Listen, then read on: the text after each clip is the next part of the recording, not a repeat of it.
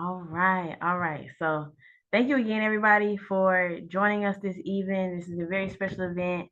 My name is Brittany Sutton. I work in the Office of Public Health Practice at the Honor School of Public Health at the University of South Carolina.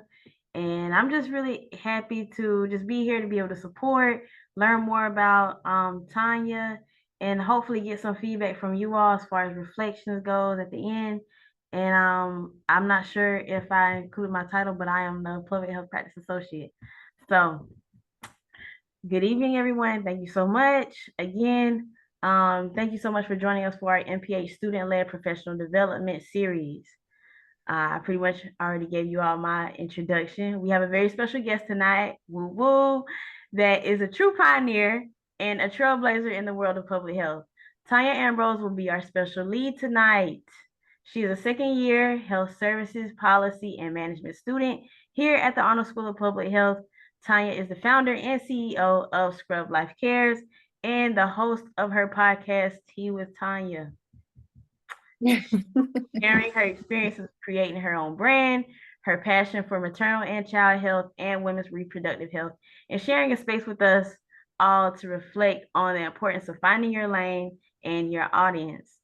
So, and anything else in between that you like to share with us, Tanya, of course, this is your floor. So please do as you please. But that's pretty much for me. That's all I have. And Tanya, I'll let you take it away. All right, let me share my screen. Let me see. Well, hi, everybody. In the meantime, let's see. Can you guys see my screen? Yes. Yes. Hold on, because me and Zoom, we don't really get along all the time. All right. Well, hi, everyone. Like Brittany said, I am Tanya Ambrose. I am a second-year history student in the Honor School of Public Health. I'm actually graduating in 2 weeks. I'm very sad about that, but nevertheless, we're going to celebrate that. I am a doula, a podcast host, a certified lactation counselor, certified community health worker, and a nonprofit founder, which is my baby. So we'll talk about that as we continue along the evening. Okay, hold on. All right, so some very fun but not so fun facts about me. I was born in England, and I grew up on a very small island called Antigua and Barbuda. We're only 108 square miles. So I'm pretty sure we can fit in South Carolina, I don't know, at least 15 times at least, or maybe even more. But and then I moved to the US when I was 19 years old to pursue my tertiary education. And when I first moved to the US, I was living in New Jersey, a very cold state, which is where I'm now in the South, where it's much less cold here. I currently work as a maternal and reproductive health educator at Prisma Health Middle and Healthy Start. I'm also, like I said, a birth and postpartum doula and a lactation counselor.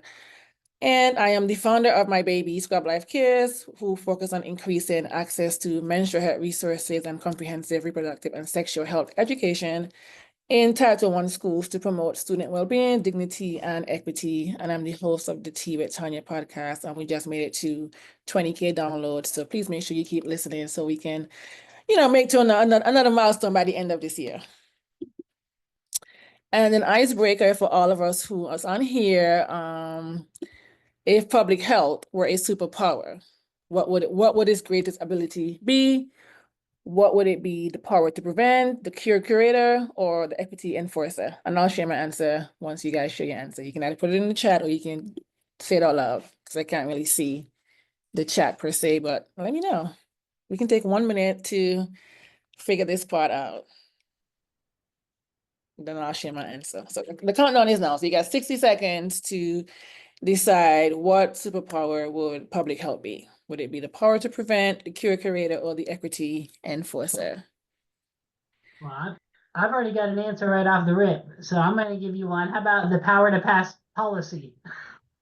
Yeah, that's good. That's a good one. I said something in the chat. I'm not sure. So tell me, what does it say? What are they saying? Cure creator from Latoya. Rebecca says, why can't it be all three? Rebecca, I agree with you. Why can't it be all three? I like that. It can, but I'm asking you for at least one. But it can be all three, of course. I mean, that's who we are at the core when it comes to public health. For me, I am big on the equity enforcer because everything I do is grounded in, equality and ensuring that everybody have access to all that they need. But of course, it definitely can be 3. It is 3 essentially, but that's my favorite. So thank you guys for that. And all right, so today we're going to be helping all of us here to develop and maintain a strong professional brand. I'll talk about imposter syndrome, insecurity, and the showing up confidently as well in our session today. So for me, I have a little story to tell. My passion for public health started essentially back in 2016, 17. I came into public health after I failed from nursing school by 0.5 points. I'm gonna always put that in my story because that's a big deal.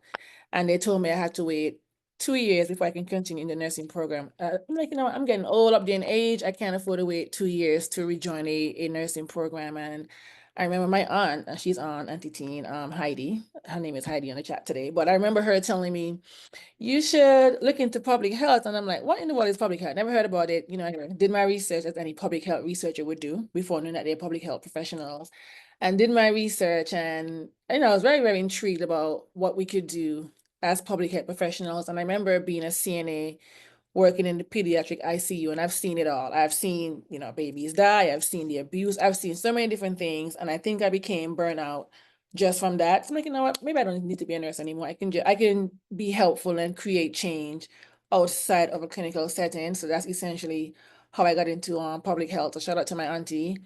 And how I got into maternal health, essentially, my sister, she had my niece when she was 21 weeks pregnant. She lives in Canada, and she came to visit me in New Jersey at the time. And we went to this mall that's called the Jersey Gardens Mall in New Jersey. It's one of the biggest malls, one of the biggest malls in New Jersey. And we were working on all day, doing sisterly things. And I remember she told me, oh, I haven't felt the baby kick all day. So I was much younger, like 18, 19. I was naive. Like, she's probably just tired because we've been walking all day. Again, had no clue about how this worked as it relates to maternal health and pregnancy. And called my mom back in Antigua, and she said, you know what, that's not normal. You should go see the doctor. So we got to the hospital, and she got taken to labor and delivery immediately. And basically they were telling her she had a 50-50 chance of the baby surviving given how early she was in her pregnancy. And if you know anything about maternal health, anything before 37 weeks is going to be considered, premature, but especially at 21, 24 weeks pregnant, that's extremely premature. And I just remember seeing, the fright on her face, the confusion, not knowing what is going on, and me just being the little big sister, because they say I'm the mouthpiece of the family, because I'll go off on people. But just essentially speaking up for her, given that state. And I just remember, you know what, who's looking after her or people essentially in the community when they don't have the access or even the education to understand what their option or their choices are. So that's essentially how I got into the maternal health aspect before I even realizing I was going to head there. I just knew I wanted to be a NICU nurse because my niece spent her first year of life in the NICU, and the nurses was just they were so amazing to my sister, like they became like family. So that's kind of why I wanted to go into nursing. But again, realizing that I can, bring about change on the different spectrum of the healthcare system as well. And I just grew, a passion for maternal and reproductive health, advocating for accessible education and resources, because as we know, as public health professionals, the lack of access to anything essentially is a disparity, and also, it has a very negative impact on one's health and well-being. So that's how I got into maternal health, but essentially public health, and I love it. I don't know life without it. I don't know what I would do without it. Even though now we live in a climate where, you have to question, are we making the right decision as public health professionals? But, again, nevertheless, we are the front line as it relates to the healthcare system in the United States. All right, so we get into some fun stuff. Essentially, what is a public health brand? And I want somebody to tell me, what do you think a public health brand is? Just one random answer, tell me what that is. Brittany, I'm seeing your face. Jenna, you tell me, my Princess Diana. I call Jenna Princess Diana because she moves like with such grace, just like, she used to. So she's like, well, yeah. All right, Jenna. So tell me what you think is a public health brand. Yeah, something that comes to mind, and I think based on what you just shared, and something that I think about with your brand and what you do, is just having a passion for it. So if you're going to say that it's your brand, I think there has to be a level of passion and commitment for it. So I think that's what's coming to mind immediately. But yeah, then that's a good answer too. I think when we think about a public health brand, for years I didn't realize quote unquote, I was creating a brand. I just knew I had a passion for educating people, and I just started posting randomly. But I think we don't talk about how easy it is for us to shrink ourselves in the public health field, because it's just so broad and there's so many different niches you can think of, and there's so many different professionals doing many different things. And I think sometimes, you know, it's filled with a lot of brilliant people like ourselves, but you can shrink yourself. And I remember for me, it's just more about your lived experience. You know, I grew up in Antigua, it's still home. I go home every year, visit it, you know, you see so many different things, but it's more so about how can you stand out, or how can you just be consistent. For me, I had, I still do sometimes have imposter syndrome, and how I started building my platform. I remember back in 2020 when I graduated, because I never had get the chance to walk across the stage because of COVID. So when I virtually graduated, I remember right after that, I got the opportunity to do a speaking engagement to a group of high school students in Florida. I was like, me, I have never done anything outside of group projects. And you know, in school, you have presentations in front of your professors and your classmates. I have never done that in my life. And I said, why you want little old Tanya? It's like, you know, we see what you're posting on Instagram. We like what you're doing. So we want you to come and speak to a group of high school students as it relates to, again, a career in public health. And I remember, you know, having to do the research, create my PowerPoint, and the nerves that were there. And after I did that session, I was like, you know what, this is something I can do. I can continue, because I like to talk. If you can't tell, I'm a talker. I will talk from now until never, the ending, okay? But I just remember, I said, you know what if I can take what I just did with the students and essentially bring it to a much wider audience. At this time, I think I just started posting random public health facts on my Instagram. Again, just posting, if whether one person like it or not, who knows. But let me back up again before we get to Instagram. Right? Let me just rewind my story if you guys don't mind. When I failed out of nursing school in 2015, I remember I was searching, trying to figure, okay, what does one do when they fail out of nursing school? Like when they have to wait 2 years, or what are other programs that are available to you after that?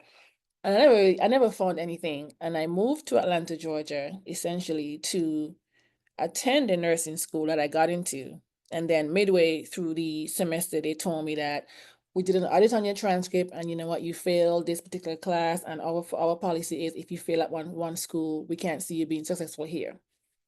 That's not even a lie. Yep. So they didn't give me an opportunity. So the middle of the semester, I am no longer in school. Essentially took a year off. But I remember looking, trying to figure out who's here to support me. What can I find to read online? I couldn't find anything. So I created a blog. That's called All About the Scrub Life. So you can see the Scrub Life is still present today.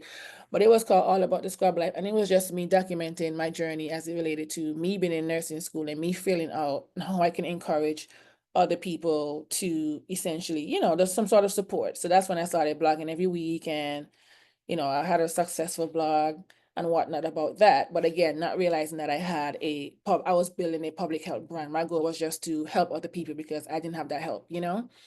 And as I continued doing that, I took a break from blogging because blogging can be time consuming. I took a break from blogging, but I just started making several graphics, just posting educational stuff on my Instagram. You know, back in the Instagram old days now, you can just post any random thing.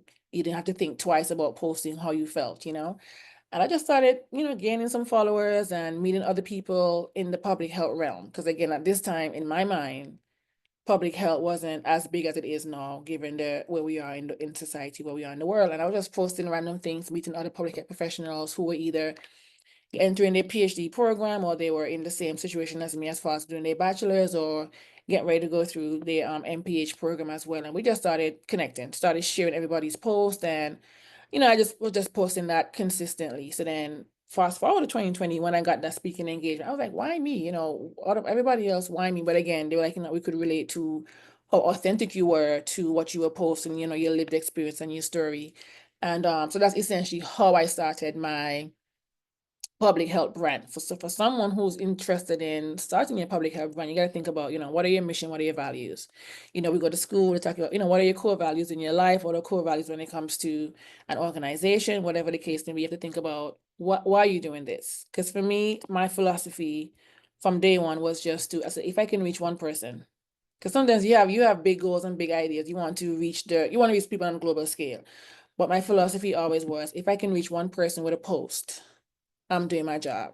because at least I'm engaging, I am essentially educating, and then who knows, they're gonna go tell somebody else, and then that's how we just trickle on, and then that's how you're able to build your online presence, because they're telling you, oh, you know what, I learned so and so from somebody, check out their profile, and then that's how a lot of times that happened to me many times essentially. So my philosophy is, if I can please or educate one person, I'm doing my job, and that's what I encourage you to do as well, because sometimes we're living in an age in social media now where everything is, I want to go viral, and then things get lost, information get lost in that, because which we're trying to get viral, we're not necessarily sticking to who we are at the core. So you definitely want to think about your identity as it relates to public health. Doesn't matter, what your specialty is, or however you feel, you want to think about what is the mission, what are your values for yourself, what are some skills that you can contribute to, whether that's on social media or through a website or, other platforms. Think about how do you want to show up, and think about, how are you online and offline? Because we know, again, there are people who live one life online, and then offline they are different, which is fine, because we don't often post who we are essentially on social media for, obviously personal reasons. But at the end of the day, for me, who I am online is who I am offline. I mean, I'm much more crazier offline, but that's besides the point.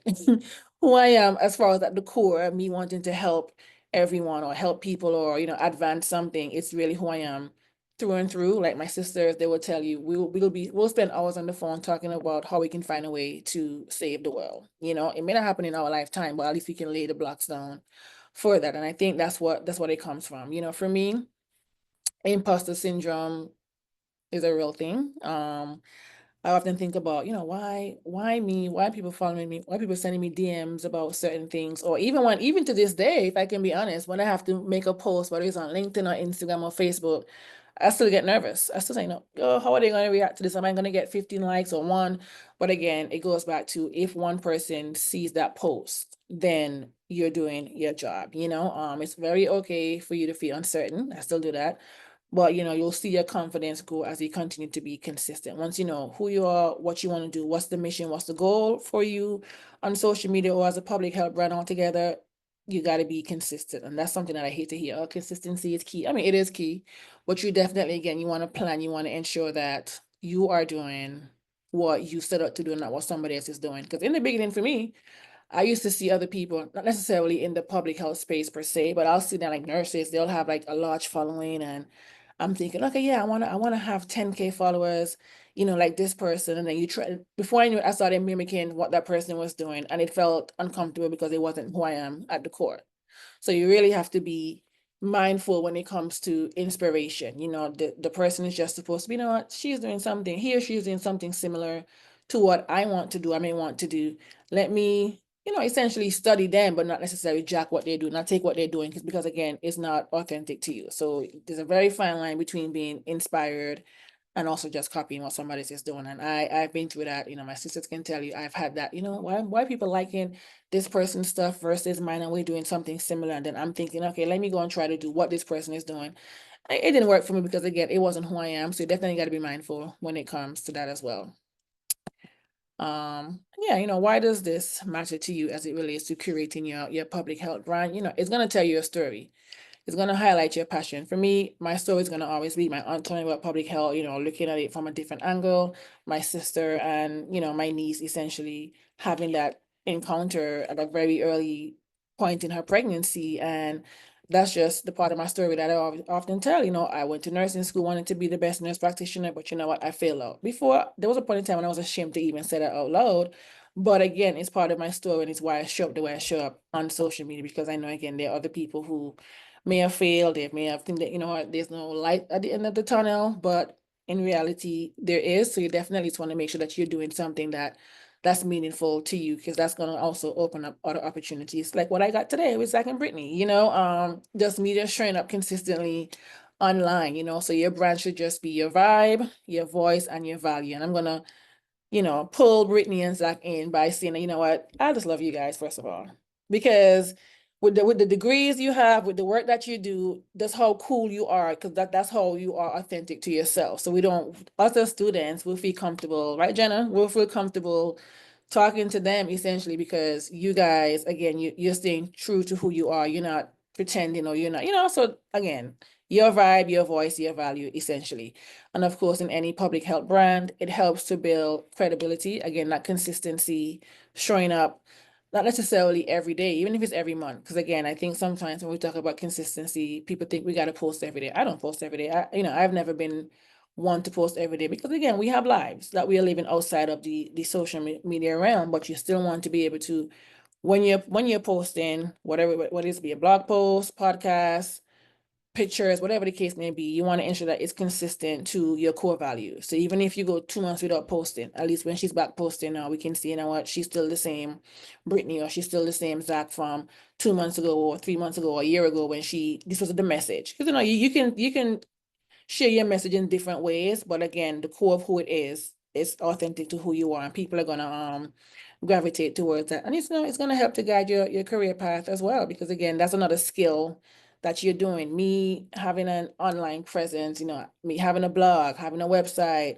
well, now a podcast, and just posting consistently on social media, it has opened doors for me that I've dreamed of, that oh, let me just have this dream, who knows? But now it's happening because again, my consistency and just how I've been able to stay true to who I am. Is it easy? Absolutely not. I will tell you, even to this day, it's not. Because sometimes, again, every now and again, I mean, I'm better now. I will say that. I'm not going to pretend I am better now. But again, it's not always easy to just show up consistently for yourself. And again, that doesn't mean you have to be on social media like me. You can create your brand within your workplace.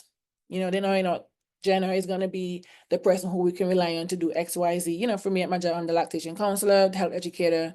I have to go in the community to educate individuals about so many different things, health related. Again, so you can build your brand within your organization, within your job as well. It doesn't have to necessarily be on social media. So I don't want you to think, oh, it's all about social media. It's not, but if you choose to share glimpses of that, that's also okay. Again, but be consistent. But you can grow your brand within your own organization or your own company, right?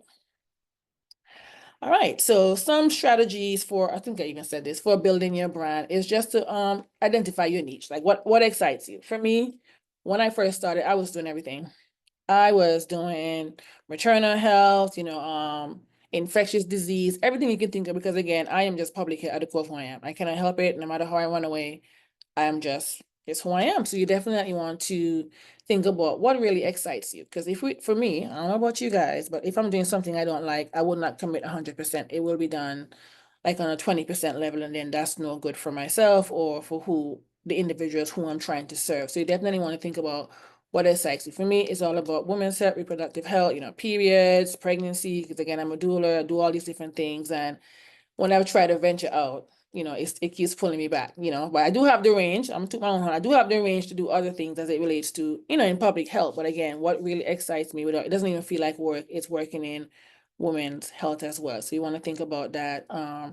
Of course, share your story, like your lived experience is going to be powerful. For me, I was an island girl, grew up in the Caribbean, moved to the US to pursue my education, went to nursing school, failed, got many setbacks, but I'm still here, still resilient. So that's also, when you incorporate that into your story, it makes it much, more relatable, and people can be like, oh, this person, she went through it all and she's just resilient. Sometimes when people are telling me, oh, you do so much, I don't know how you do it, because again, it's that resiliency that I had. If I didn't, I turned the stumbling blocks that I had into stepping stones. And I got that quote from my aunt back in Antigua, because she talked about, sometimes you're going to fall, you're going to stumble, but what you do is you pick up yourself, and then you're going to turn those stumbling blocks into stepping stones, into whatever you want to do. And I always think about that in anything that I do, because again, you're not going to be successful. You're going to fail, you're going to try again, you're going to get up. And then once you get to it, definitely you're going to be consistent and just share your lived experience. Because again, in public health, we won't know how to help a community if we're not hearing from their lived experiences. We can't just go into a community wanting to help without knowing, what's the situation here? How do you guys think? What do you guys need? Stuff like that. So definitely want to share your story when it comes to building your brand. And I will say this because someone told me this a while back. Oh, you know what? I've never failed anything. Well, that's fine. If you're a person that you haven't necessarily had certain adversity, that's okay. You share your story. Again, I don't want you to think that you have to fail like me to be where I'm at, because that's far from it. Everybody's story in life is different. So just think about what matters to you. And then that consistency, your message should match your mission. Essentially, like I say, you're a person, this is what you like. it should essentially be consistent across all boards. And of course, utilize platforms like LinkedIn. That's my that's one of my favorite platforms right now, which is crazy. Like I'm tired of TikTok. Surprisingly, since they shut us down, I'm like, it's not the same. So I'm just there from time to time. But LinkedIn has become my go-to for a while. And before, I think when I first joined LinkedIn many years ago, at the time, I don't think many of us quite understood how impactful it could be or how important it is, because we're just thinking, oh, I'm going to I need a job, X, Y, Z. Like, no, now I can connect to so many different people who I know from nowhere, and now we're text buddies on the phone. We've migrated from LinkedIn to, sending text messages, checking in. So you definitely want to use platforms like LinkedIn and other websites. And I will say, and just social media. I often say that social media can be used for good and bad. That's always one of the things that I say, you can choose to go down the route of whatever negative, I shouldn't say negative, but displeasing things. Or you can use social media to connect and make meaningful connections with other people who are doing things like you. I remember in the past I still do it too. I would DM someone who I admire. I would DM them, I like what you're doing, let's connect, let's talk or whatever. Some would reply, some won't, depending on where they are on the influencer, the influencer scale. But again, it doesn't hurt to reach out to someone who you've been following, and just have that DM courtesy. Hi, I've been following you for XYZ. I like what you're doing. I would like a chance to talk to you or just stay connected and whatnot. And there are people who will respond. Do not go into someone's DM just demanding help.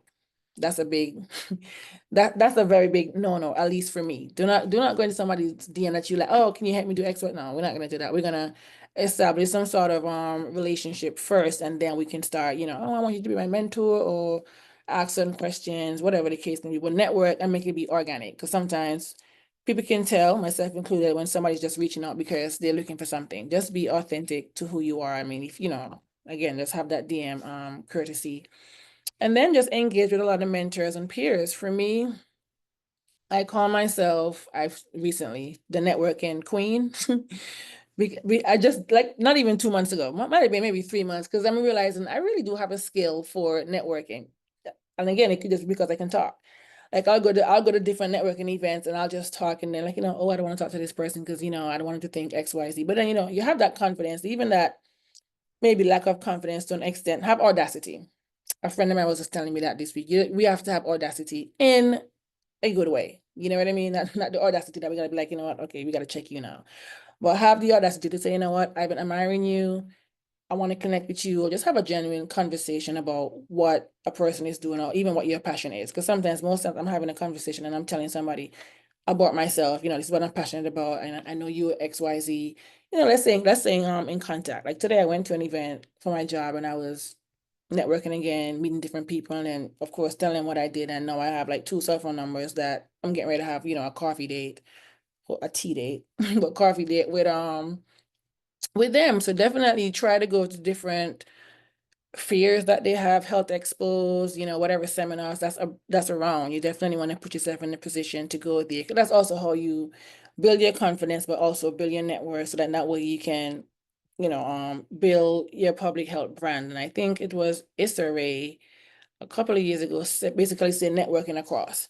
Instead of trying to networking up with other people who maybe are at a higher level or whatever the case may be, you want to network across to people who are doing something similar. So then that way, you think about partnerships, you think about collaboration, because it'd be easier because this person is doing something like what I want to do or something similar. So instead of me trying to jump the line to go to a next level, let me network across to people who are in the same realm as me. So then that way we're able to build and grow together. Because in public health, like I often say, it takes collaboration. It's always collaboration over competition for me, day in, day out. We should not be competing to be a person who's going to go more viral. Like, no, it's all about collaborative work. So try to network across to people who are who are doing the same thing as you. We don't often see ourselves and reflected in our field, so it's easy for us to second guess. But like myself, I'm very ambitious young lady. I especially when it comes to my nonprofit, like I just have no sense when it comes to that. I have no shame. I'm gonna ask, I'm gonna beg, I'm gonna be on my knees. Hey, we need, so you definitely want to just create your own authentic vibe when it comes to networking with other people, because people can see when you're being fake. I'm just gonna be honest. Like I can see when somebody is pretending to be interested in what I'm doing, but they're not. But, you just nod your head so you can just be polite, but definitely just be yourself. Be like Zach. Because Zach is just himself through and through. It doesn't matter what setting, he's just who he is. And that's why I guess I gravitate towards, him and Brittany, because again, they are who they are. And, they also they have a passion for the public health field. So they're good representation of us. So definitely just remember that confidence comes from doing. I wasn't always the most confident when it came to what I'm doing now. And I just remember, it's all about asking one question. Like for me, I'm preparing the slides for today. I'm thinking, I said, why would Brittany and Zach think that I'm the best candidate to do this? Me, little old me, and I'm thinking, what's that? No, Tanya, you know what? You're going to be okay. You know what I mean? You're going to be okay. I know I'm talking to you. I'm very much off script for the things I said I was going to say, because again, I like to talk. So again, it just comes from a level of confidence when you know, again, who you are, what you're doing, and what the mission is. So don't be like me and talk too much though. All right, so we're gonna go, let me just preface, you're gonna see some pictures, please do not judge me. How I look then and how I look now are two different things, but I'm just gonna share a little bit about my branding journey and what it means to be consistent and just have that audacity to just be brave and do what you want to do. I founded my nonprofit, Squab Life Cares, to address, menstrual equity as it relates to having access to menstrual and hygiene products, or hoping to remove the tax in some of these products as well for individuals who are in need. And I founded this nonprofit officially in 2020, but again, it goes back to knowing who you are as a person once you decided, what, I'm going to be a public health professional or practitioner. When I was in my undergrad in 2019, we did a study abroad stint to Uganda. And this is also part of my story. And I was in Uganda, I was in Africa for the first time. It felt like home. The air was just so fresh and just the food was amazing. When I went there for a study abroad, we were there for like 4 or 5 weeks. And while we were getting ready to go there, we started giving, collecting, gently used clothes or hygiene products and these different things for the individuals who we were going to be serving in Uganda. And I remember one day we were just there on the bus. I think we were in the slums doing some work and we were just leaving, and I saw a woman, she was just bleeding down her legs, just bleeding. I said, is she injured? What's going on?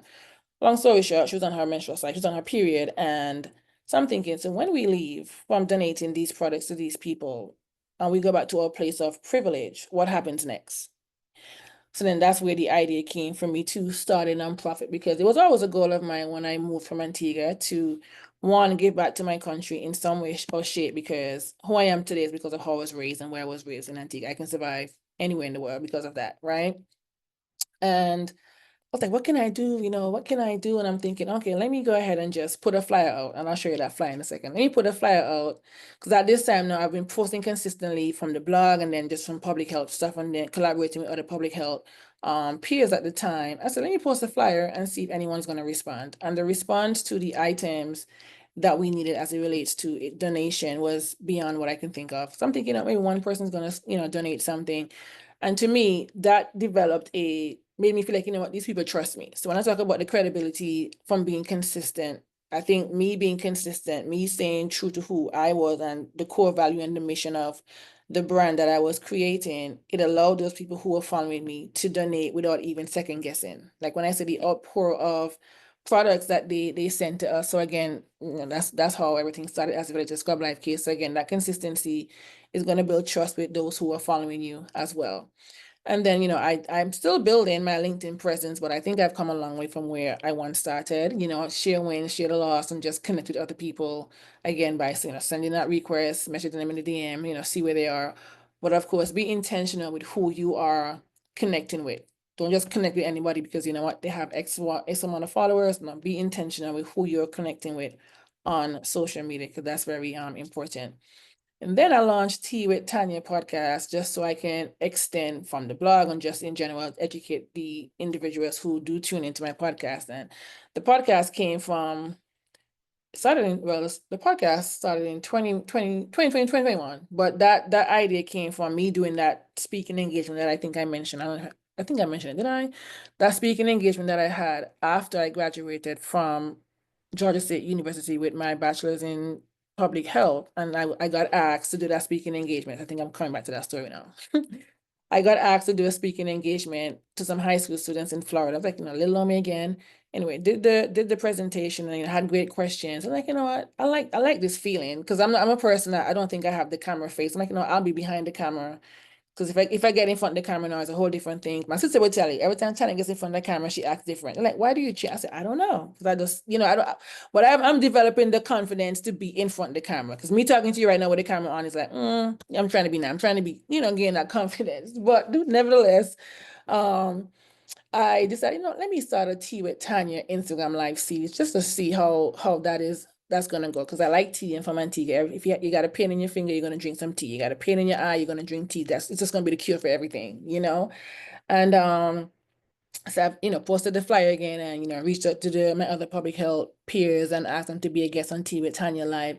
And I'll go live I think it was every Monday. And that's how, for me, it was an idea for me to the end goal was going to be the podcast, but I said, let me see how comfortable I can be in front of the camera. Because again, I hate being in front of the camera. And that's when, every Monday I would go live on Instagram with a different guest talking about something public health related. And then everyone kept saying, you should start a podcast. I'm like, in my mind, that's the end goal, but let me see how you guys are receiving this Instagram live as well. So again, that's just the idea of, again, being consistent, being your authentic self and really building that genuine network and community on social media that can in turn, leads to relationships off of social media as well. And I did question myself a lot. Like I'm like, girl, what are you doing? You have an accent, you speak fast, and then when you start speaking fast, you start stuttering. So I'm like, why are you even here trying to be on Instagram live every Monday talking to these different people, But I showed up anyway, and I still do that to this day. I showed up every day, every Monday on that Instagram live and grew the confidence to be on camera, to be in front, but I'm still like, I'm still not there yet. Like I want to start a YouTube channel. I'm like, we got to get the face together. We got to get the, together to be on that camera. But nevertheless, it's just more so again, just show up, just do it, just get it done. In that moment, it is going to feel uncomfortable, but it's more so again, showing up not only for yourself, but showing up for that one person who will tune in, that one person who's going to read your post, that one person, that you're going to make an impact on without realizing. So definitely want to show up for yourself. So that's kind of where I started my branding journey. And every day, it's something new, having to keep up with what's new, what's the new trend. But again, during that time, or even in this time, I still stay true to who I am without necessarily following the trend to be viral or to go popular. Because my goal is, again, always to meet and serve that one person that I can have that domino effect and serve a wider audience. Don't laugh at these pictures. So I'm going to take you through pictures of my journey when I was posting on social media. Because again, for me, it always happens in the caption too. But nevertheless, it's more so me just skinny here, looking snapped here, snatched and everything. And then with the podcast, again, creating visual or the graphics to, again, for your online presence. This is where I started, I had my tea with Tanya, this is my graphics to announce the episode. And, me, I've since changed my name on Instagram, but nevertheless, just trying to go as it relates to, again, trial and error, because I didn't know what I was doing. I was just here, this is what I want to do, so I'm going to show up. But when in the growth of, platforms like Canva and these different things, I said, let me try my best and see how I can better show up on social media. So this is where, kind of where I started. And then, okay, let me take things serious now. Let me get some professional photos done, or, get my sister to take my photo for me, because they are the creative mind in the family. And yeah, now, the glow up is here. Again, taking the podcast to another level, essentially. And yeah, I think these are my last set of photos when I decided to change, well, not change, but like add an element to the Tea with Tanya podcast. So this is me again, because you got to take things seriously. If you're going to do something, you want to do it good. I grew up in a family where we got to do things at the top tier level, so mediocrity is not a part of our DNA. So as you continue to grow and expand and see where you are, again, take things in small steps, because this glow up did not happen overnight. It took years. It did not happen overnight, but I am proud of the glow up that we have. And then I think I did this in one of my classes a few semesters ago. So I thought it was going to be nice to see, me as a leader, what I do essentially when it comes to community work from a public health standpoint. I have developed and implemented, community-based health programs that are going to be targeting underserved population. And again, as public health professionals here, that's what we do. That's who we are at the core at the end of the day. You don't come into public health to make the big bucks. You don't come into public health to just show off and say, hey, I'm doing, no, you really get down in the gutter, as we say, to get and serve people, especially in underserved communities. And my passion again lies in maternal health, menstrual equity, menstrual health, and reproductive and sexual health education. Because again, for me, I can't be a maternal health specialist and not talk about things from periods right up to even menopause, you know what I mean? From both ends of the spectrum, of course. So, advocating for policy change within, the Caribbean region, in my country back in Antigua, and here where I am in Columbia, South Carolina, where I will say, since moving here almost 3 years ago, like my life has just blossomed in a way that I couldn't even imagine, let's say 5 years ago. So I think Columbia, has done me well. The University of South Carolina has done me well. That's why I'm so sad I gotta leave in 2 weeks. But yeah, so it's again just advocating for policy and what you are passionate for. It may not be policy, but again, I'm in the HISFAM program, so of course policy is part of me. But you definitely want to ensure that you are just bringing everything that you've learned in school. Because what I'm realizing now, especially as a nonprofit founder, what I've been learning in the last year of my graduate program are so many things that I will be applying to my nonprofits. Again, just taking what you learn, what you're passionate about, and just bring it to life in the way that you can, And then this took my little horn for a little bit, my career, some highlights in my career, again, from being consistent.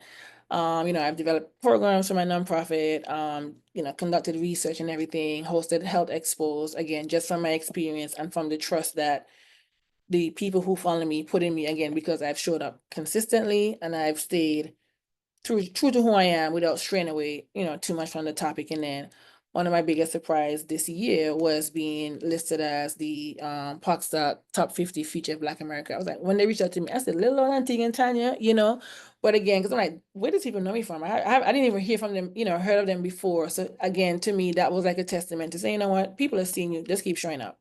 Because they weren't on my radar. I was not expecting even to be on this list with some of the greats like Simone Biles and all these different people. And I'm in there, but I'm saying, you know what? It simply means that my consistency is paying off. I'm showing up, as my true self when it comes to educating those in the community, in my, social media community as it relates to the things that I am passionate about. So we often say, for me, I'm not doing it. There's a song by this Jamaican artist say, we're not doing it for the likes, essentially. We're just doing it because it's who we are at the core. So that has just been one of my highlights. So it definitely motivated me to keep going because again, you know what, when you think people aren't seeing or you aren't reaching people, especially in that world of social media, there's that one person who's again seeing you and the work that you're putting in. And then I'm talking about my nonprofit again, how I was able to build that from just gaining the respect from those in the public health field, so Scrub Life Cares came about because one, I used to work as a CNA and all I wore was scrubs, but then I was caring for life, so that's kind of how the name merged together because I was caring for other people's lives. So yeah, we are a nonprofit, again, working to increase menstrual and reproductive health education in Title I schools, because again, we believe that, in a world where women and girls should have access to their menstrual health resources as well. And then again, to glow up again from not knowing what I was doing to where we are. If you see that, there's a picture that says all about the Scrub Life. That was my blog at one point in time when I did fill out the nursing school. Then the flyer that says Christmas for the babies, as you can see, it's not even as bright because again, I had no idea what I was doing. I was just doing a flyer because again, we wanted to give back. And this was the first flyer that I posted on my social media when we were asking for donations to give back to the pediatric ICU back in my home country. And that one flyer, as it is right now, that one flyer generated so many donations from individuals across social media, again, because I kept showing up, be my authentic self, that I never strayed away from the message, essentially. So then that's where I'm coming from. And then, we can upgrade it to the, essential for the girls donation drive. And then the last flyer, that's our current logo as well. So, again, it takes trial and error and just, again, growing from time to time. It didn't happen overnight, but just, again, as you gain more knowledge on this journey in public health, you're able to do things a little bit different. Same thing with the podcast. I started from one cover art, the other to the next, and then me and this teacup. I don't know why I thought that was going to be it. But again, just trying to figure out things and just really and truly just growing, because you realize, you know what? this is something that I can do potentially, I'll say full time, because again, the people are listening, you're serving the people by way of the podcast. So, and then of course the last picture is just me, and I think we'll stick with that for the time being. No more changes right now. But essentially it was from an idea just to how can I reach more people, an idea of wanting to educate more and build that community to it being a reality, not knowing what I was doing. Like when I first started this podcast, I hate hearing my voice, to be honest, and I have a podcast. So having to sit and listen and edit podcast episodes was just like, I can't. So no, but no, I've since migrated to having a podcast editor.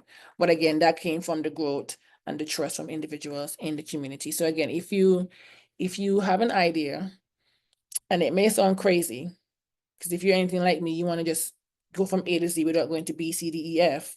Definitely, don't sleep on that, because I think sometimes we're a lot of fear of thinking, okay, what's gonna happen, or what's gonna be the response from people online? Like, no, again, you're doing it because you're staying true to who you are as a person, but also, you're gonna find your target audience.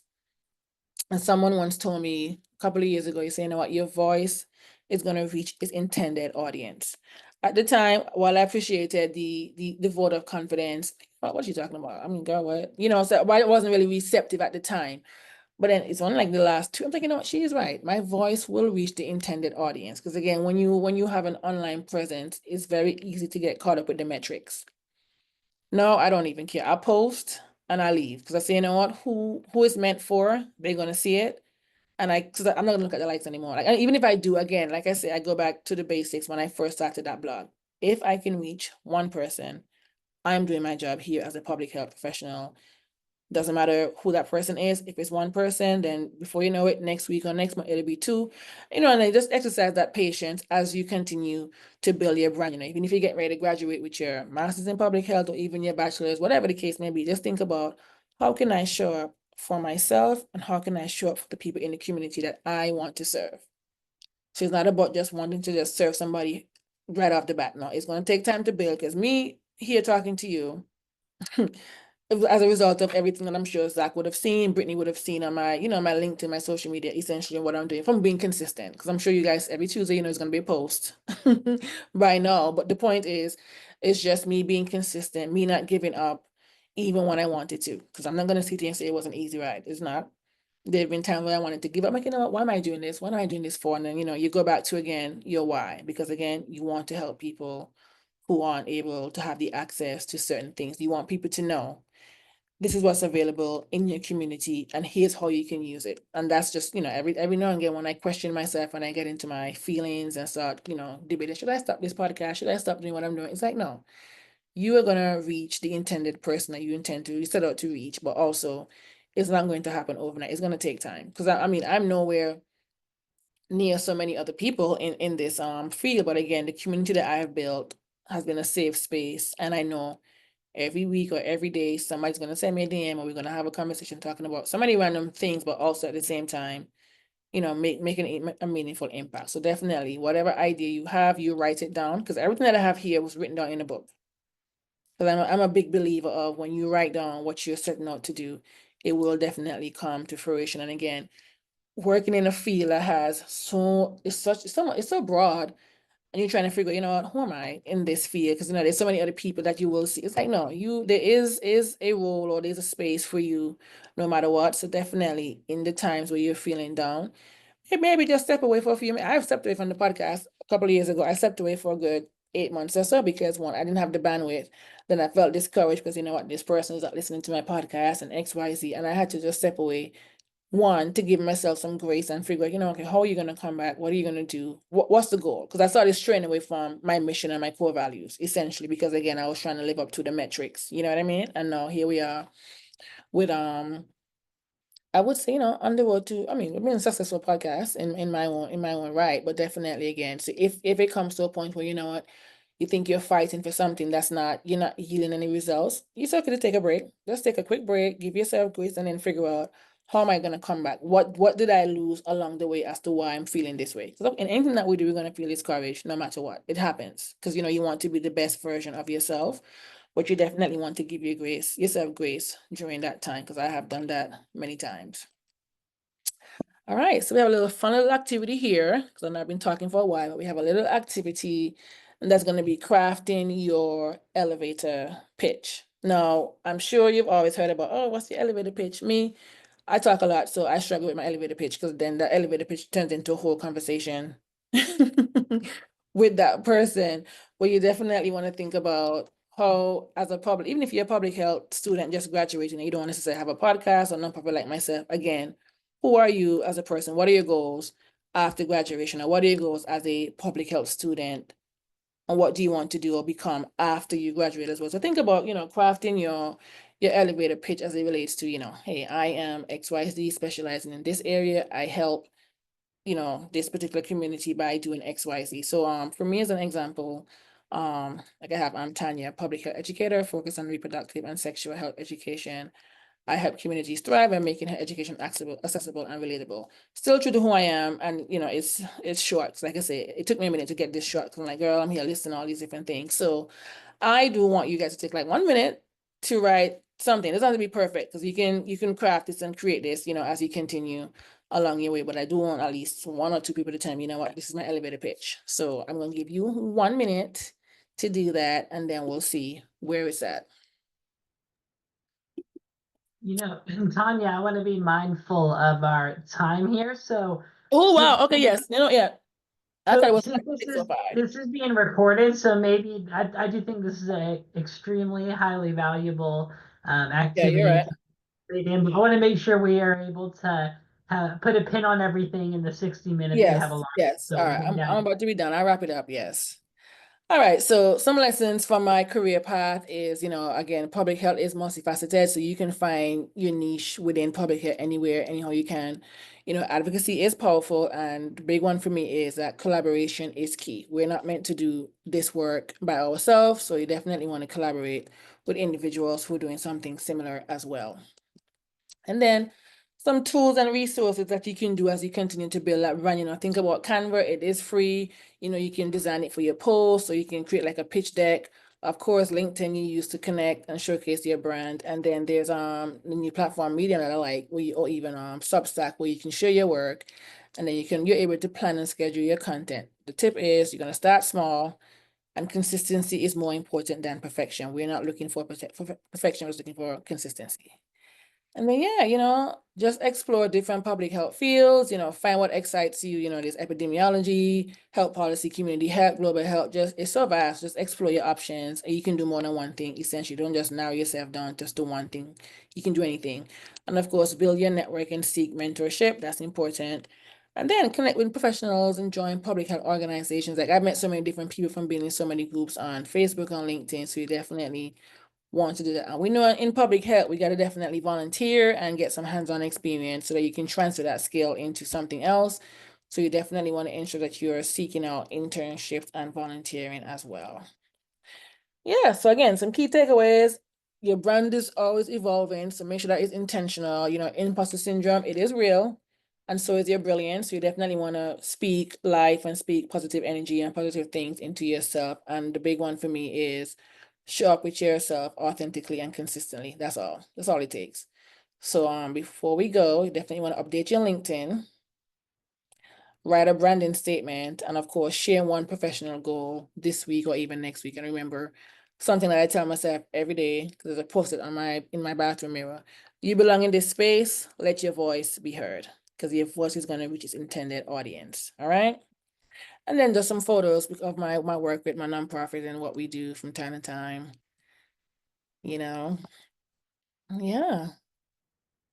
And then, thank you. So I'm done. You guys can scan the QR code and, check out my website, follow me on social media, do all the things. Feel free to reach out. And I just want to thank Zach and Brittany for this opportunity.